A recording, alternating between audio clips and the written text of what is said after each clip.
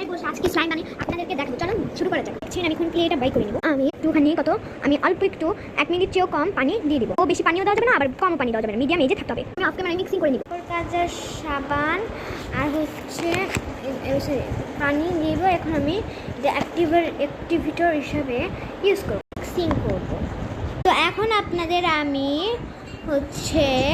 Cotton slime make করে দেখাবো। এখন আমি কটন আর একটু জল দিব, কারণ জলটা নিয়ে আসি। আমি পানি এবং সাবান মিক্স করছি, এবার আমি কালার দিব।